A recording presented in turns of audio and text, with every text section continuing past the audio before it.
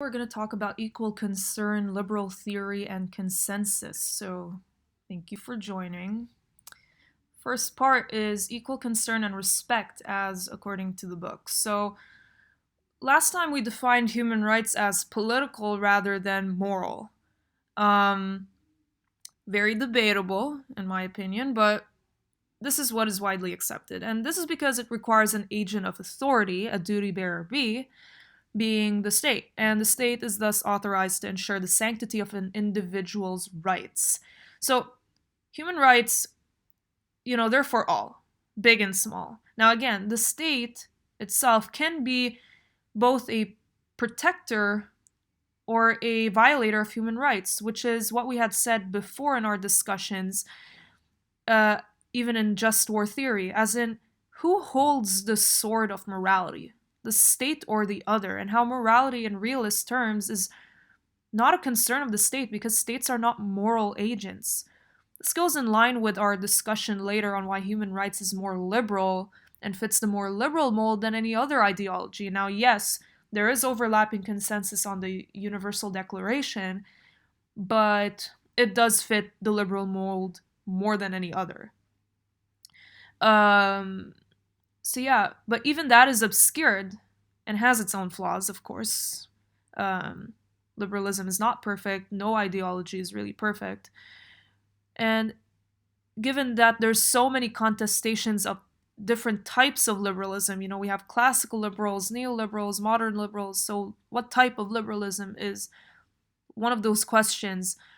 While it's certain, while it's uncertain, which is the right type of liberalism to uphold, one thing is for sure theoretically, and that in theory and practice, the state is not realistically concerned with morality. In practice, of course. So we do have liberal states and institutions who do hold dear those moral values, but then it becomes a question of does their morality really translate all across the board, especially in practice? Not always. And we see this with the eventual blow of the EU because, one word, instinctive interest. We as mankind are political animals at best, after all, as Aristotle once said. So maybe he's onto something when he says that, and it comes to show that all human beings, including the state who is representative in theory of individual humans, that we are selfish by nature, and so it's hard to imagine something as, in my opinion, moral as human rights, at least in its core nature, it is moral, um, under a political guise, because as said before, it suffers a danger of becoming politicized and becoming subjective. And it becomes a matter of state interest, which is not what human rights is about or should be about, because human rights is a matter of the heart, not of one's interest at the core of it.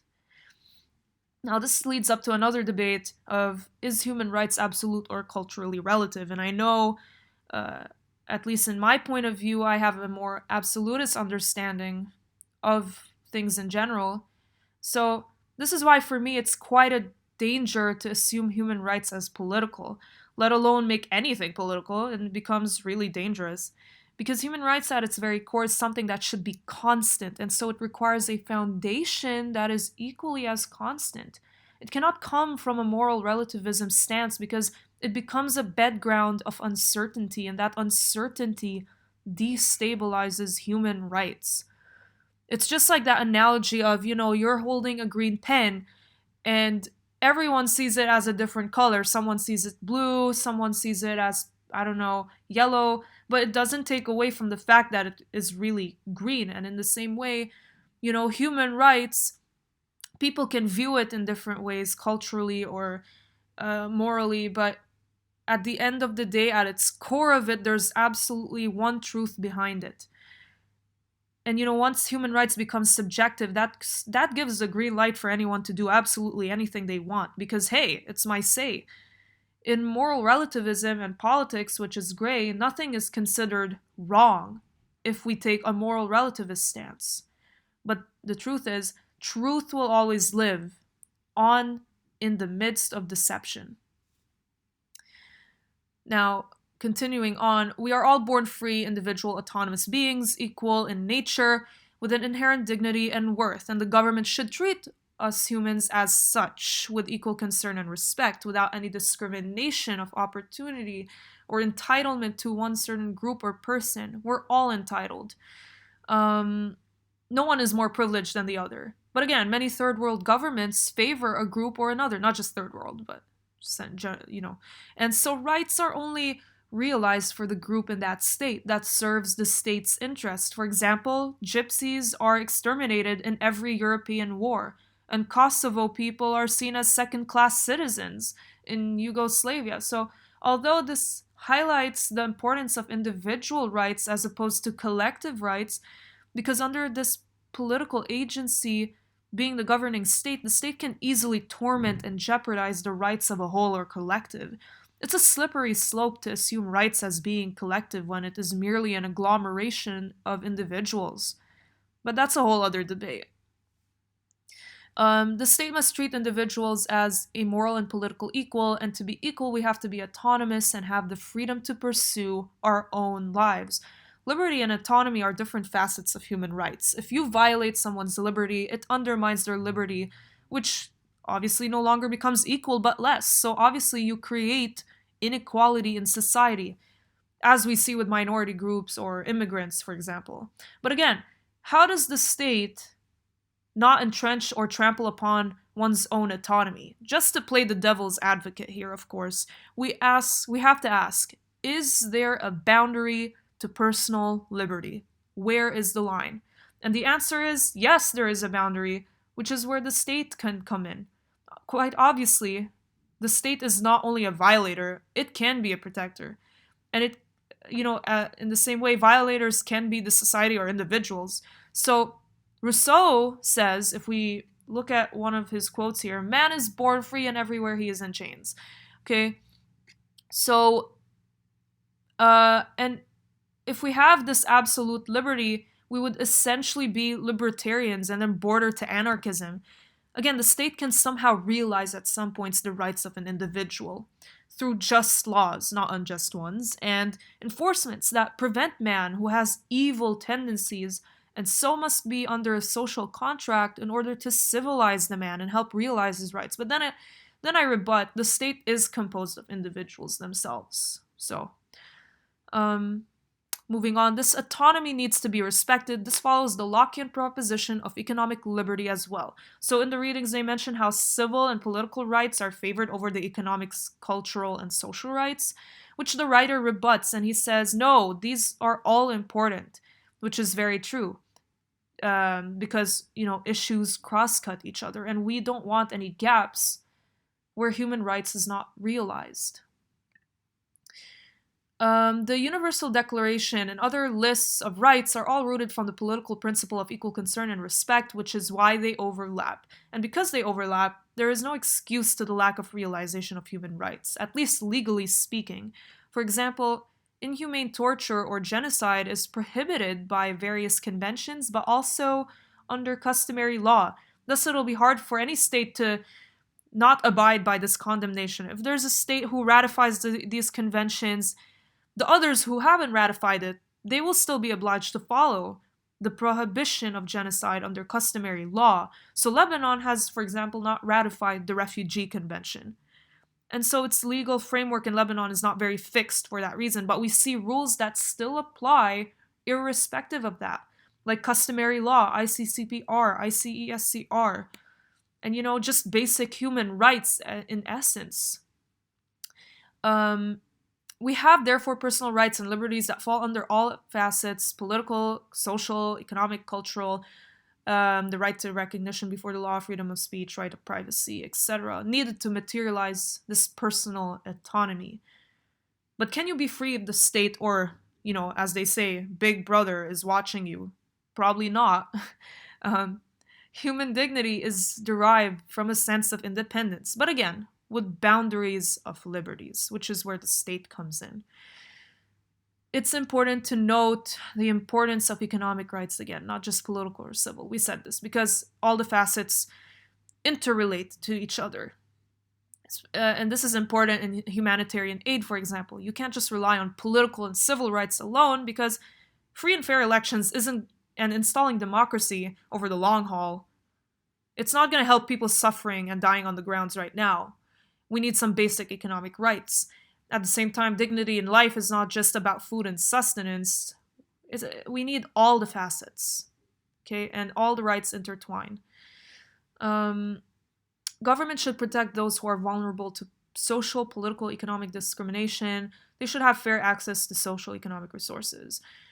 So, and Adam Smith's economic liberalism theory is essential to the realization of human rights, and not just the economic level, but in every level, given issues cross-cut each other. So, if we have a really good, healthy economy, one that has a generally healthy middle class, if a state has a healthy per capita income, it is more likely that it means this society is realizing human rights, because per capita is, by definition, how much of goods and services do people in a state enjoy, which is liberty. This is reflected in the US and liberal democratic nations with a healthy middle class, as opposed to China, who has poor per capita income. There is a threat to dignity by the state themselves, however, as said. So, which gets me thinking about how obsessive realists can get over the concept of, a state's almighty power. I'm reminded of this poem actually called To Althea from Prison. This was written by Richard Lovelace in 1642. Its final stanza, in the first line, it says, "Stone walls do not a prison make, nor iron bars a cage." He explains how even though we're imprisoned, those prison walls and bars do not take away the freedom of the poet's ability to think. And so he's not really imprisoned, because his inner being and mind is still free. His inner essence is still free. In the same way, human rights cannot be taken away by any metaphorical prison wall of the state, or literal prison walls of the state, because even if our rights are not observed, no matter how powerful a state is, rights still belongs to you, and no one can take it away from you. And this is relevant to the kafil system. Now we move to liberal theory of human rights. My favorite part. No, I'm just kidding. Actually, I'm not kidding. Okay, so defining liberalism. There's many contestations of liberalism, as we said, but what is absolutely uncontroversial is that liberalism is committed to liberty, freedom, autonomy, equality, because it places a centrality on human individuals, the one who gets to govern their own lives, while recognizing the same rights of others. And equality or equal liberty for all is at the heart of every liberal. I mean, it's in the name. Liberalism implies liberty. So, different liberals, we have all sorts of liberals with different views on rights. Not all liberals are consistent with rights or even friends with rights. For example, the issue of tolerance. They say we're not tolerant half of the times as liberals in the name of fighting intolerance, which can be quite true. I can see the salty bitterness from conservatives. But I argue it's not just liberals, though. Quite in fact, in the case of our class, it's quite the opposite, because no one can tolerate the liberals, and we're a minority. Even though we don't say much against anyone, they come out from the bushes and just bash us every day. So I think it's not a matter of being under a certain ideology. It's just a matter of being literally intolerant to human beings. But, just objectively speaking here, I do understand how we can be intolerant at times in the name of tolerance. So, we have a figure 3.1 in the book. It shows liberal theories along two dimensions. I'm going to discuss that in the next slide. So it's going to show two dimensions of a typology: the extent of the emphasis of rights or goods, and the relative thickness of the conceptions of those rights or goods. And we have he mentions some liberal theorists. His purpose here is to advance a right-based rather than a good-based liberal defense of human rights. Because while good-based theories do have overlapping consensus, it has a flaw of making human rights second-rate or second priority when it should really be first. And he also mentions about utilitarianism, utilitarian liberalism. which is neoliberalism in microeconomic terms. It's market-oriented and good-based oriented. Now, here's the graph. It was quite a difficult concept, a bit. Not difficult, but confusing. But I hope I explained this as best as I can. So we have rights-based and we have goods-based. The good-based is obviously based on goods or values. Rights based on rights. So this is where a more good-based, utilitarian, market-oriented outlook is found, in the good-based.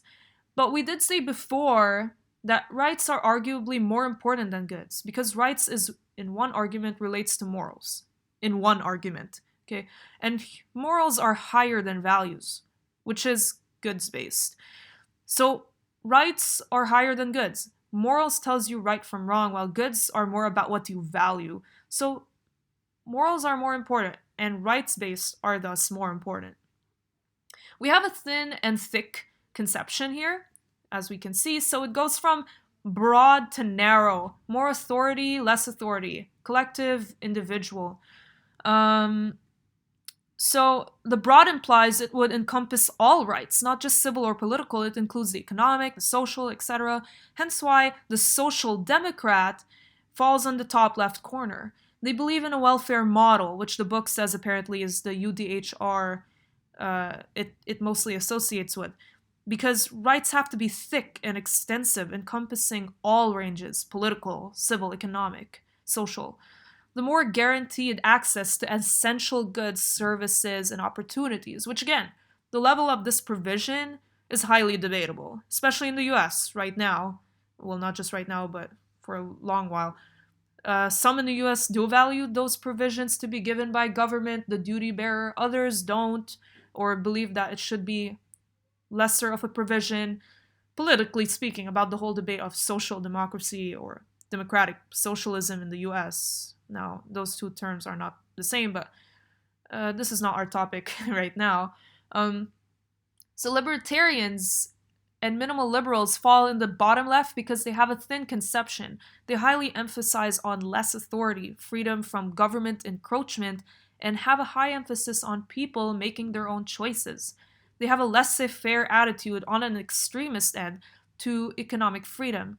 Minimal liberalism has a thin, short, narrow list of human rights and is relatively incompatible with the Universal Declaration. In fact, no Western liberal democratic state has ever adopted minimal libertarian liberalism because it emphasizes an extreme sense of personal individual liberty, with no say of authority whatsoever of the state, which is sometimes needed, because we need a governing, regulating entity at times. We have the neoliberal utilitarian in the bottom right corner because it fundamentally seeks to reduce the role of the state while at the same time being good-based. Utilitarianism is in fact not fundamentally in line with human rights because neoliberals or utilitarians have a logic of utility, a logic of efficiency, which shouldn't be the case of human rights. Human rights is not about being market efficient. So the author thus overall voices his view that human rights is more on the American social democratic side, which encompasses elements of freedom of the individual, but bounded because the state also has the role of regulating the rights of everyone.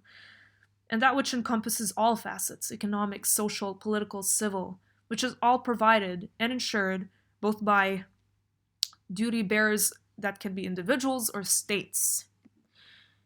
Then he ends this part with the issue of tolerance: equality, autonomy, neutrality, toleration, which we already talked about, the double standards of liberals who claim to be tolerant but really aren't. We should not be imposing our vision of the good life if it is not shared by others. And we have to be truly tolerant of others' views as long as they do not cross their boundaries and do not act upon it and reduce anyone else's rights, especially when we're not certain of what the good life actually entails. We shouldn't be granting selective privileges to some but not others, even no matter how absurdist their arguments are. So he ends this segment by saying it is plausible that political and moral theories have their own realizations of human rights, given that there is an overlapping consensus of the Universal Declaration.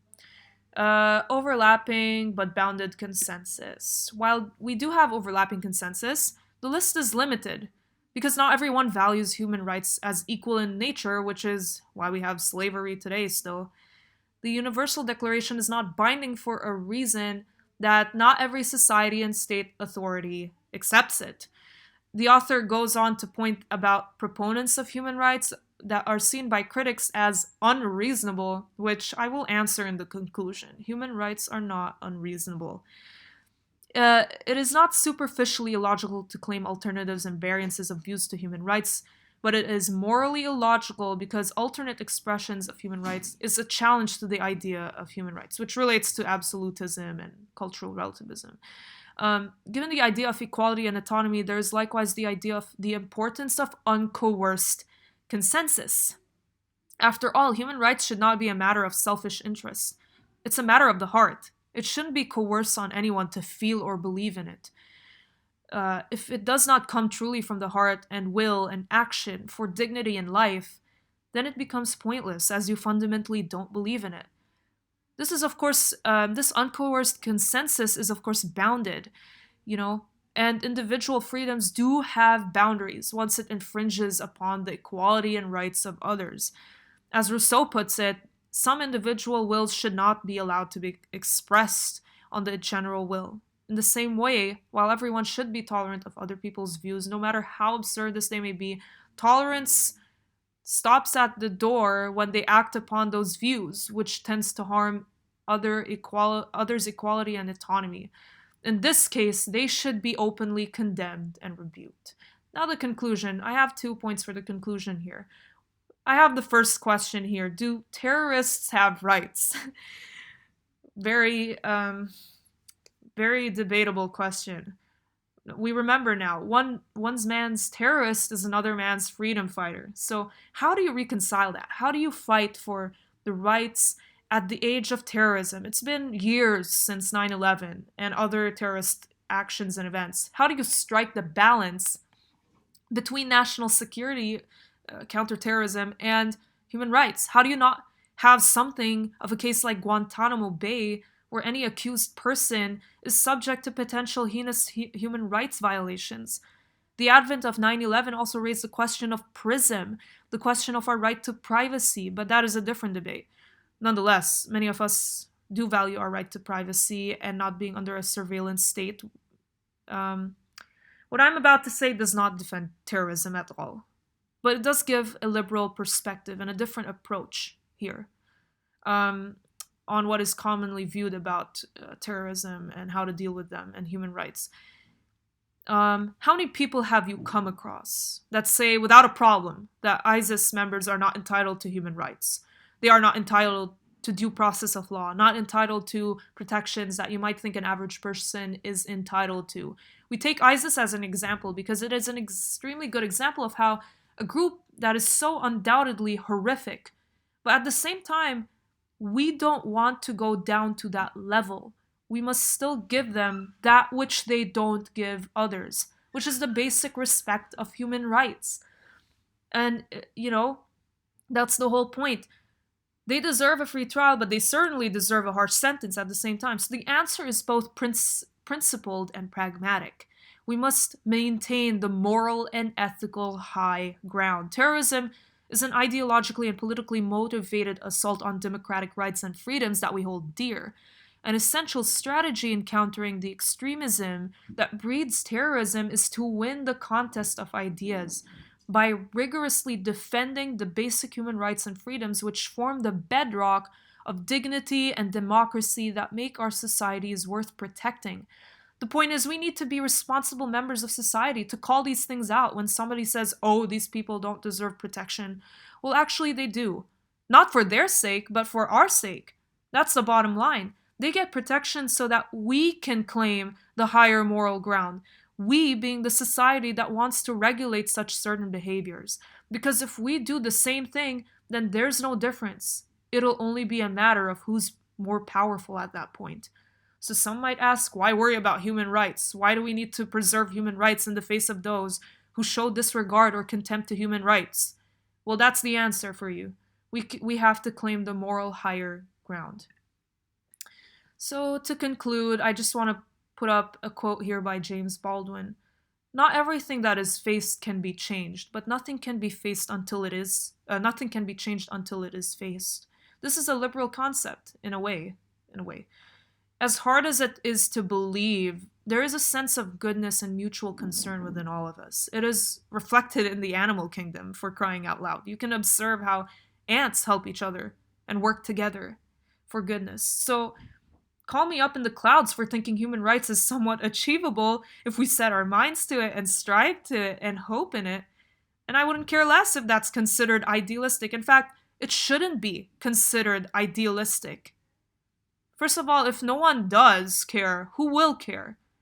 And second, it's not idealistic. Human rights shouldn't be looked at as ideal because it's the bare minimum, as we said. Human rights are not a privilege conferred by government, it is every human's entitlement just by the virtue of being human. Are we bad at our core? Yes. But evil and aggression is not something to give ourselves over to. This is where our fellow realists sometimes tend to go wrong. They're not completely wrong about human nature, but their follow-up is flawed. They should realize, yeah, we're bad at our core, but it is a temptation. It is a weakness we shouldn't be falling into. There's a quote that reads, "The violation of human rights is a temptation to which human spirit easily lends itself," which is very true. And so we should rise above it and realize there is a morality within us, arguably given by a moral giver, an ultimate being that gives us that sense of morality within us. We are complex beings. We're not just all bad. There is that goodness within us as well, in our human fabric. We have within us to contain that within ourselves and also within others. We should be able to contain those temptations in ourselves and in others. Once we realize the world is bad, but not all that bad, human agency can unfold because we have hope that our good deeds, as little as they may seem, can have and make an impact. Injustice anywhere is a threat to justice everywhere, so it starts within our own circles or oikos, and those circles can have a ripple effect. Sometimes it's just we have to put ourselves in a different pair of shoes. And I dare any realist to question their conscience and ask themselves, if we were the lesser of these, wouldn't we want someone to fight for us and bring us from our destitution and despair?